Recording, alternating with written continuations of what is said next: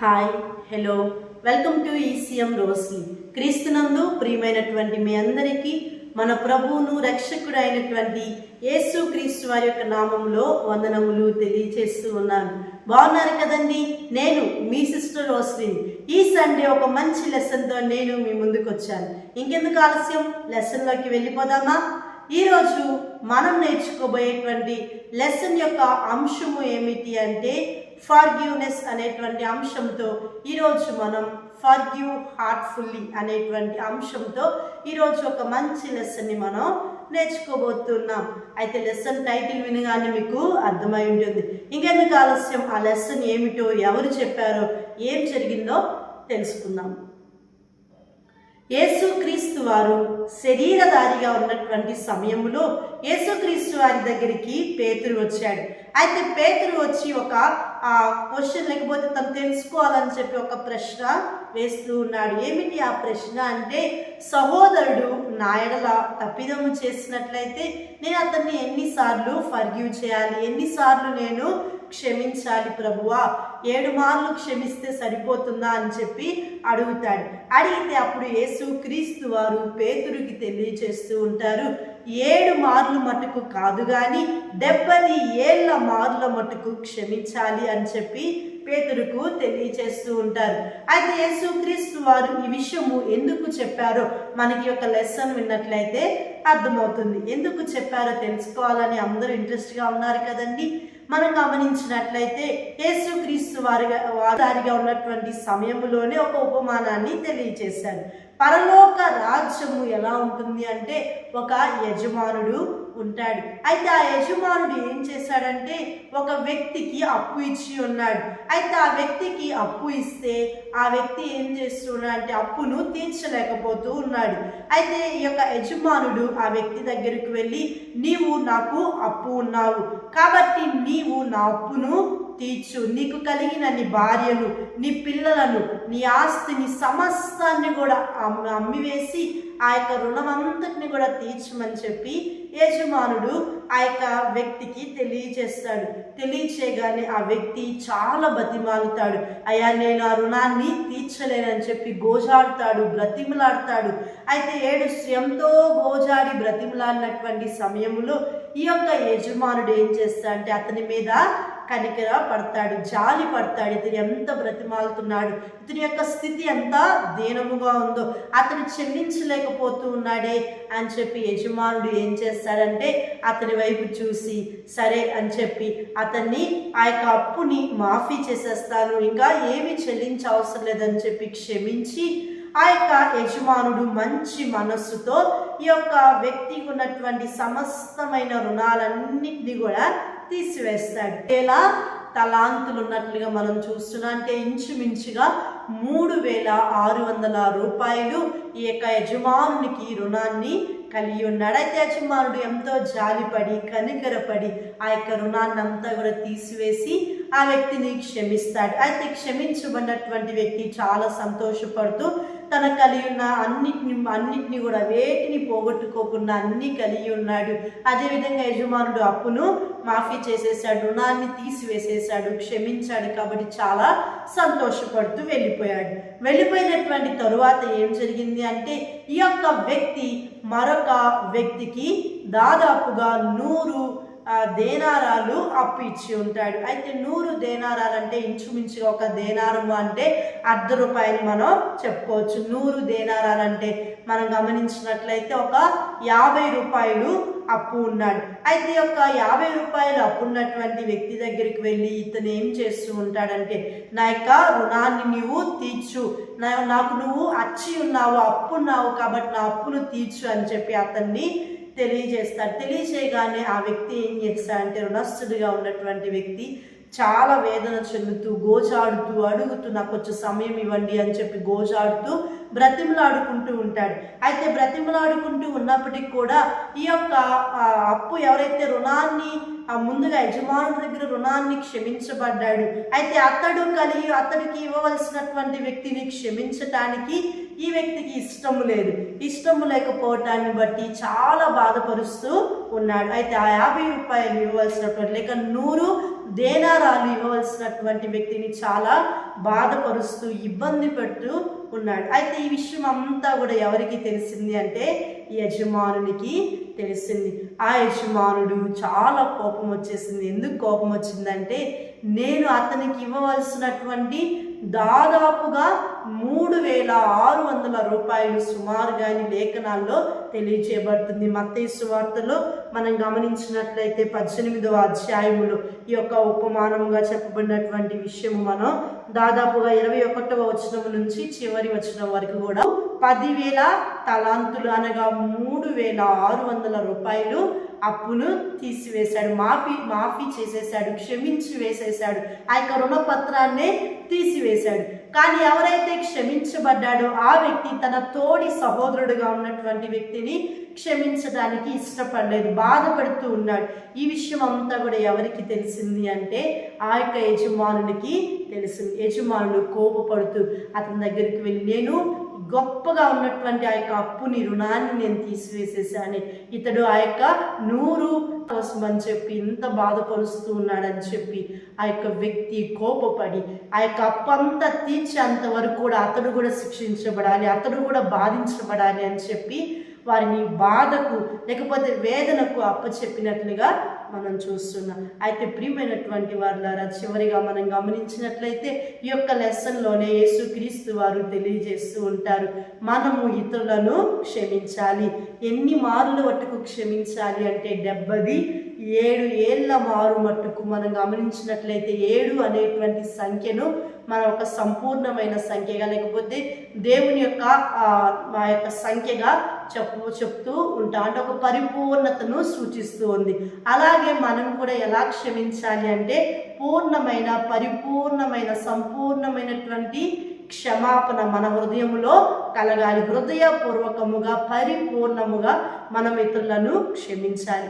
అలాగా క్షమించినట్లయితేనే ఈ యొక్క దేవుడు కూడా మన యొక్క పాపాలను కూడా క్షమిస్తాడు, మన యొక్క రుణాలను కూడా క్షమిస్తాడు అని దేవుని లేఖనములో స్పష్టముగా తెలియచేయబడుతుంది. కాబట్టి ప్రియమైనటువంటి వారులారా, చివరిగా మనం ముగింపులోనికి వస్తూ ఉన్నాం. అయితే ఒక యేసుక్రీస్తు వారు చెప్పినటువంటి ఒక లెసన్, పరలోక రాజ్యాన్ని పోల్చి చెప్పినటువంటి ఒక లెసన్ మనకి ఏమి నేర్పిస్తుంది అంటే, నేటి సమాజంలో మనం చూసినట్లయితే ఫర్గివ్నెస్, క్షమాపణ అనేది చాలా అరుదుగా దొరికేటువంటిదిగా మనం చూస్తూ ఉన్నాం. మనం గమనించినట్లయితే కొన్ని ప్లాంట్స్ కానీ కొన్ని అంతరించిపోతున్నాయని చెప్పి తెలియజేస్తూ ఉంటారు. అంటే ఎండేంజర్డ్ స్పీసీస్ అని తెలియజేస్తుంది. అంటే అవి కనిపించకుండా పోతున్నాయి, వాటి జాతి అంతమైపోతుంది, అవి ఎక్కడా కనిపించట్లేదని చూస్తూ ఉన్నాం. అలాగే క్షమాపణ అనేది కూడా ఒక అంతరించిపోతున్నటువంటి ఒక విషయముగా మార్చబడింది. చాలా అరుదు క్షమించేటువంటి వారి లోకంలో ఎవరు కూడా కనిపించడం లేదు. ప్రతి ఒక్కరు ఏం చేస్తూ ఉంటారంటే, వారు తప్పు చేసినప్పుడు, వారు పొరపాటు చేసినప్పుడు ఇతరులు వారిని క్షమించాలని కోరుకుంటూ ఉంటారు. కానీ వీరు మాత్రం ఇతరులను క్షమించడానికి ఇష్టపడటం లేదు. కాబట్టి ప్రియమైనటువంటి వాళ్ళ ఒక క్రైస్తవ విశ్వాసిగా మనం ఉన్నట్లయితే ఈ దినం దేవుడు మనతో మాట్లాడుతూ ఉన్నారు. నీవు నీ ఎడల తప్పులు చేసినటువంటి వారిని నీవు క్షమించినట్లయితే, వారికి నీవు మేలు చేసేటువంటి వాడిగా ఉన్నట్లయితే పరలోకపు తండ్రి కూడా నీ యొక్క తప్పులను, నీ యొక్క అపరాధాలను ఆయన క్షమిస్తాడు, నీ యొక్క రుణాలను ఆయన క్షమిస్తాడు. అంతేకాని దేవుని దృష్టిలో నీవు క్షమాపణ పొందుకొని ఇతరులను నేను క్షమించను, నేను ఇంతే ఉంటాను, నేను ఒక బండరాయిలాగా ఉంటాను, నా హృదయాన్ని కఠినంగా చేసుకొని ఎవరిని క్షమించను అనేటువంటి ఆ యొక్క ఒపీనియన్ మనం కలిగి ఈగోకి వెళ్ళినట్లయితే, చూసినట్లయితే చాలామంది గర్వపడుతూ ఉంటారు, నేను క్షమించాల్సిన అవసరం నాకేముంది, నేను వాళ్ళ దగ్గరికి వెళ్ళాల్సిన అవసరం నాకేముంది అని చెప్పి క్షమాపణ అనేది యాక్సెప్ట్ చేయడానికి ఇష్టపడరు. అయితే ఈ విధముగా దేవుని లేఖనం తెలియజేస్తుంది, మీరు క్షమించడానికి ఇష్టపడకపోతే దేవుడు కూడా మిమ్మల్ని క్షమించడానికి ఆయన ఇష్టపడడు.